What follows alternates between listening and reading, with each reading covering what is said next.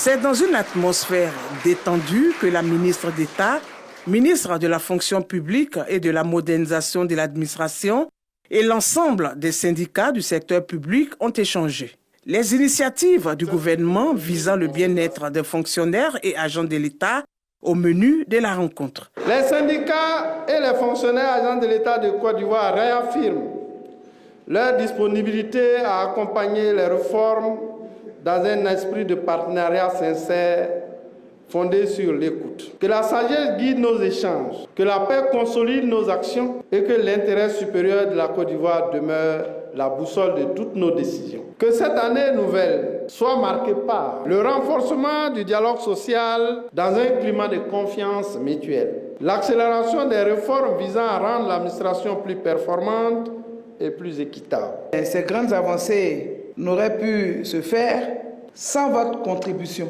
sans votre participation. C'est ensemble que nous avons réussi cela, par le dialogue, par la convivialité. Je voudrais vous remercier et saluer la qualité du partenariat que nous avons. Un partenariat responsable, participatif, un partenariat dynamique. Nous sommes à l'ère de l'Ivoirien nouveau. Donc l'Ivoirien nouveau ne saurait émerger sans le syndicaliste nouveau. Et c'est ce syndicaliste nouveau-là que vous présentez désormais à la nation et je voudrais vous en féliciter. Autre sujet abordé, l'octroi de la prime à l'ensemble des fonctionnaires et la mise en place d'un chronogramme de travail dans l'optique de la signature de la prochaine trêve sociale. Nous nous inscrivons parfaitement dans la dynamique de la trêve sociale qui prend fin en 2027 et la fin de cette trêve doit se préparer. Je vous invite donc à réfléchir pour qu'ensemble nous puissions élaborer un chronogramme de fin de trêve. Ce chronogramme de travail 2026-2027 nous permettra de sortir mieux armés et de savoir nous projeter. Nous avons pris une option, la paix sociale. Une grande Côte d'Ivoire ne saurait être bâtie sans une grande administration publique, sans des syndicats de référence. Un nouveau pacte social entre gouvernement et syndicats qui devrait consolider le dialogue constructif déjà entamé entre les... C'est un changement de cap majeur qui redessine les équilibres dans la région des Grands Lacs. Après 27 ans d'années de présence continue, l'Afrique du Sud va retirer ses troupes de la mission de maintien de la paix des Nations Unies en République démocratique du Congo, MONUSCO. Le gouvernement sud-africain invoque la nécessité de consolider et réaligner les ressources de ses forces armées tout en assurant que le retrait se fera de manière coordonnée avec les Nations Unies et sera achevé avant la fin de l'année 2026. La République sud-africaine, un acteur historique dans le maintien de la paix en République démocratique du Congo depuis les années 97, va créer un déséquilibre dont la MONUSCO aura du mal à se remettre. Mais ce départ aura moins d'impact parce qu'il est évident que la crise congolo-rwandaise ou la crise à l'est de la République démocratique du Congo ne se résolvera que par des moyens pacifiques et non des moyens militaires. Avec plus de 700 soldats actuellement déployés, l'Afrique du Sud se classe parmi les 10 premiers pays contributeurs de troupes à la MONUSCO. Le départ progressif des soldats sud-africains constituera un moment clé dans la reconfiguration de la mission onusienne. Et la baisse de besoins en moyens militaires est compensée par la montée en puissance de la négociation et de la résolution par des moyens pacifiques de ces conflits, notamment l'accord de Washington et les négociations de Doha, ainsi que la reprise en main du dialogue entre les différents belligérants par le président angolais João Lourenço. Le départ du contingent sud-africain est une perte, mais cela n'empêchera pas la MONUSCO de mener à bien sa mission de stabilisation.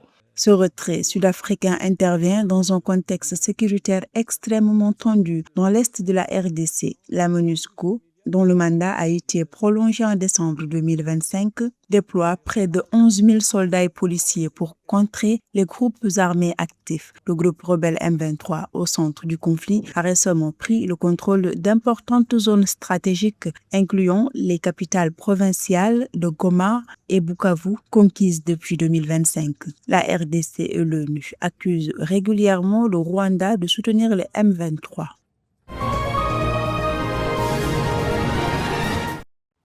Une organisation à but non lucratif effectue des missions de surveillance aérienne pour localiser des pirogues disparues afin de porter secours aux passagers ouest-africains en détresse. De nombreux canots ébranlants ont quitté la Gambie, mais ne sont jamais arrivés à leur destination finale.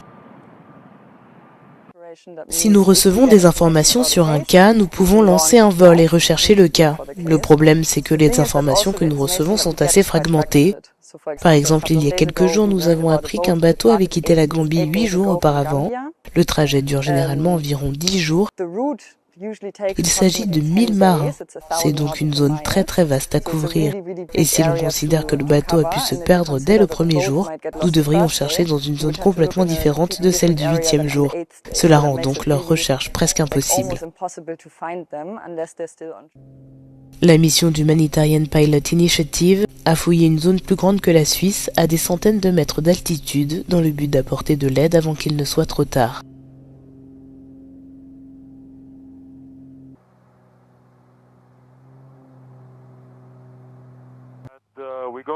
Nous allons scanner une zone située à environ 500 miles au sud des îles Canaries. Nous pensons que les bateaux, s'ils sont toujours là-bas, se trouvent dans cette zone. Les conditions sont assez difficiles, les vagues sont hautes, les vents violents. Nous allons rester très vigilants car chaque heure compte désormais. Des personnes pourraient être mortes ou en train de mourir. Les personnes qui partent d'Afrique de l'Ouest et remontent l'Atlantique tentent généralement de rejoindre l'Europe via les îles Canaries au large du nord-ouest de l'Afrique, l'archipel espagnol étant le point de départ de leur voyage vers le continent européen. Avant, il était possible de passer par la Mauritanie, mais maintenant c'est devenu très compliqué. C'était facile de passer par là, ça prenait 5 à 6 jours. Mais maintenant c'est devenu difficile et la surveillance est stricte parce qu'ils ne veulent pas qu'on emprunte cette route. C'est pourquoi on cherche d'autres pays pour partir.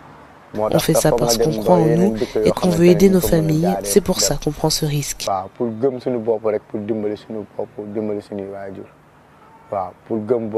Avec de nombreux départs récents depuis des régions plus au sud, en Gambie et en Guinée, les migrants passent désormais plus de temps en mer et sont confrontés à davantage de difficultés. Selon l'ONG espagnole Caminando Fronteras, plus de 3000 migrants sont morts en 2025 en tentant de rejoindre clandestinement l'Espagne.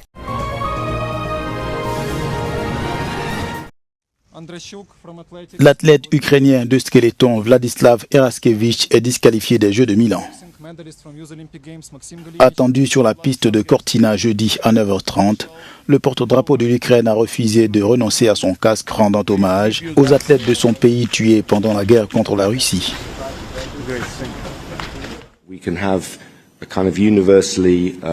Nous pouvons avoir une manière universelle acceptée d'exprimer notre deuil, à savoir le brassard noir.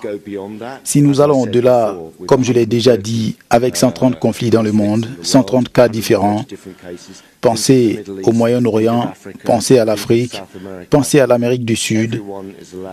Si tout le monde est autorisé à s'exprimer de cette manière au-delà du brassard noir, cela créerait un terrain de jeu qui deviendrait un terrain d'expression.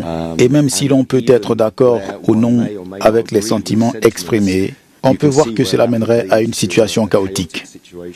Je pense que nous étions particulièrement préoccupés par cela lorsque les athlètes ont établi ces règles, qui sont des règles d'athlètes élaborées après consultation de 3500 athlètes et de pratiquement toutes les commissions d'athlètes du monde entier, encadrées par la commission des athlètes élus par les athlètes. L'un des points clés qu'ils ont soulevés était qu'on ne peut pas laisser les athlètes subir la pression de leurs dirigeants politiques pour faire passer un message pendant la compétition. C'est donc une protection. Il ne s'agit pas du message, il s'agit du lieu. La présidente du CIO, Christy Coventry, n'a pas réussi à faire changer d'avis l'athlète.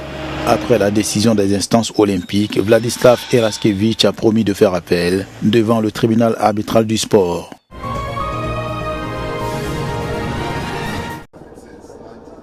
Le copropriétaire de Manchester United, Jim Ratcliffe, présente ses excuses après avoir déclaré que la Grande-Bretagne avait été colonisée par les immigrés.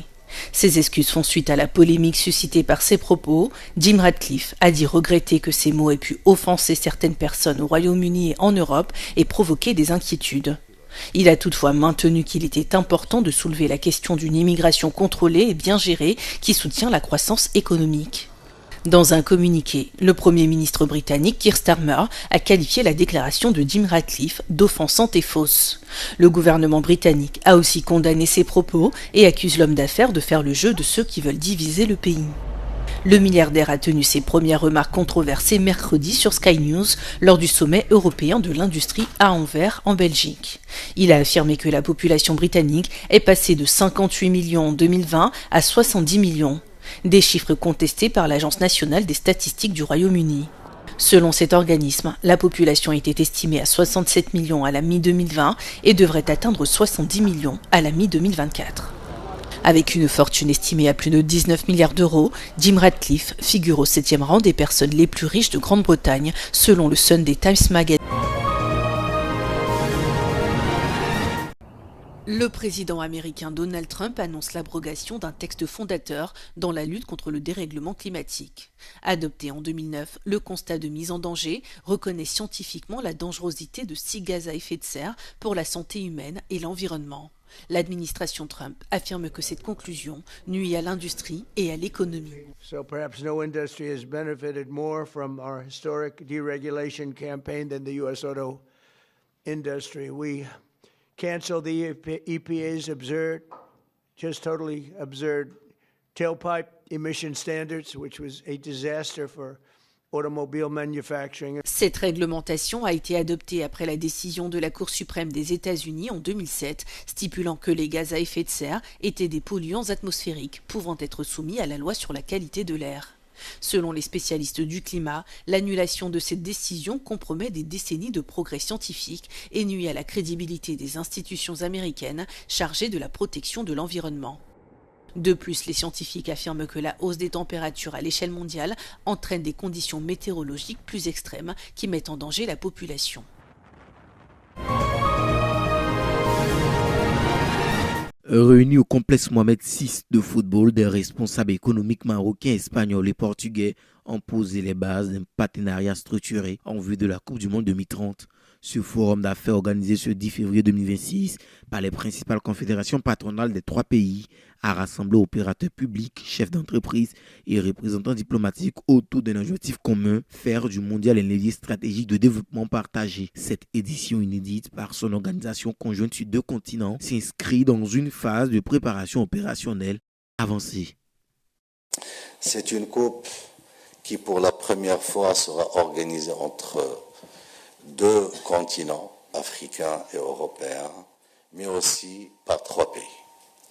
Ces 3 pays, et qui, au-delà de la proximité géographique, qui permettra à cette Coupe du Monde d'être exceptionnelle sur tous les niveaux, il y a quand même des siècles de civilisation commune et de construction et de complémentarité civilisationnelle, culturelle et aussi économique entre les 3 pays.